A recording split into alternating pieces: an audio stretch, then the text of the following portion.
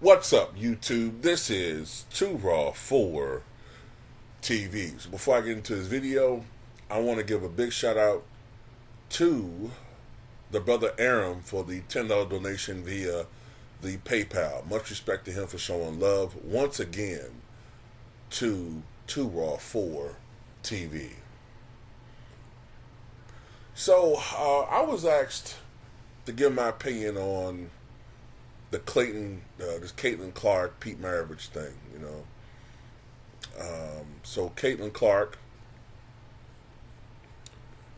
who plays for the Iowa Buckeyes, I think. The Iowa Buckeyes. Someone can correct me if I'm wrong about that. No. It's the Iowa Hawkeyes. Iowa Hawkeyes. I tell you, I don't really follow women's college basketball. So this is going to be a long video. But anyway, I do know that she recently became the all-time leading scorer in NCAA women's basketball. And I think she has somewhere around 3,600 points. So that means that she's roughly 70 points away from passing Pete Maravich, become the all-time NCAA scoring leader, which of course would be a huge accomplishment considering that Pete set that record back in 1970. Now, there is a few caveats to this. Number one, Pete Maravich, it was a rule at that time. I don't think that rule changed until sometime in the mid-70s, I think. At that time, freshmen were not permitted to play college basketball. So he did that in 3 years. Whereas Caitlin Clark has played, I guess, for 4 years. Plus, Caitlin's a little bit older because I think there was a break because of the pandemic. Someone can correct me if I'm wrong. So she's a little bit older than your typical freshman. Your typical college player. Then there are more games than there were back in the day when Pete Maravich played. So Caitlin, I think, is averaging around 28 points a game, whereas Maravich averaged a whopping 44 points per game. So that is big. Plus, Caitlin has the benefit of three-point shot. I remember back in the early 2000s, there was an individual who went back and looked at all of the games that Pete Maravich played in for LSU. And he determined that there was a three-point line back then, the college three-point line, not the NBA three-point line, but the college three-point line. He came to the conclusion that Maravich would have averaged 57 points per game if there was a three-point line rather than the 44 points per game because there was no three-point line. Now, Maravich also took 38 shots a game, whereas Caitlin Clark takes a little bit less than 20. So that offsets it a little bit, but still, advantage Caitlin Clark. What do I think of it? Well, I do think she'll go down as one of the most significant collegiate female players of all time. There's no doubt about that.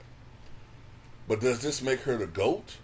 Well, no, because having the scoring record did not make Pete Maravich the greatest collegiate player, made the most prolific scorer.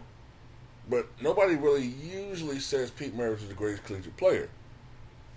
When it comes to the greatest collegiate players, most people will say Kareem Abdul-Jabbar, Elvin Hayes, Oscar Robertson, Bill Walton, Ralph Sampson, Len Bias. These are some of the names that come up. Later on, maybe Christian Laettner. These are some of the people who come up in the pantheon, the great pantheon of collegiate basketball players of all time. Maravich is up there, but not the greatest. So I kind of look at Caitlin Clark the same way. To me personally, I think the greatest female college player of all time was Cheryl Miller. I mean, Cheryl Miller was a beast. Cheryl Miller could have played, I think personally, if you take Cheryl Miller from the mid-'80s, early 80s, mid-'80s, and you put her in today's NBA, I actually think she could be a starter. I do. I really do. I think she was a beast. I also think of Cheryl Swoops, Rebecca Lobo. You know what I mean? Shamika Holdsclaw. Those are some of the people I think of when I think of the great female collegiate basketball players. Nancy Lieberman. I think of people like that. So no, I don't think she's just automatically the best female college basketball player of all time because of this record. But you know, I will say this: I think her, Angel Reese, Juju Watson. I do think the future is very bright when it comes to the future of the WNBA because we got some dolls coming in there. I especially like Juju Watson, man. Her game is nice. Like, I'm going to tell you, there's no doubt in my mind that Juju Watson, her game, her dad had to be in her life. She had to play against brothers. She had to play against men.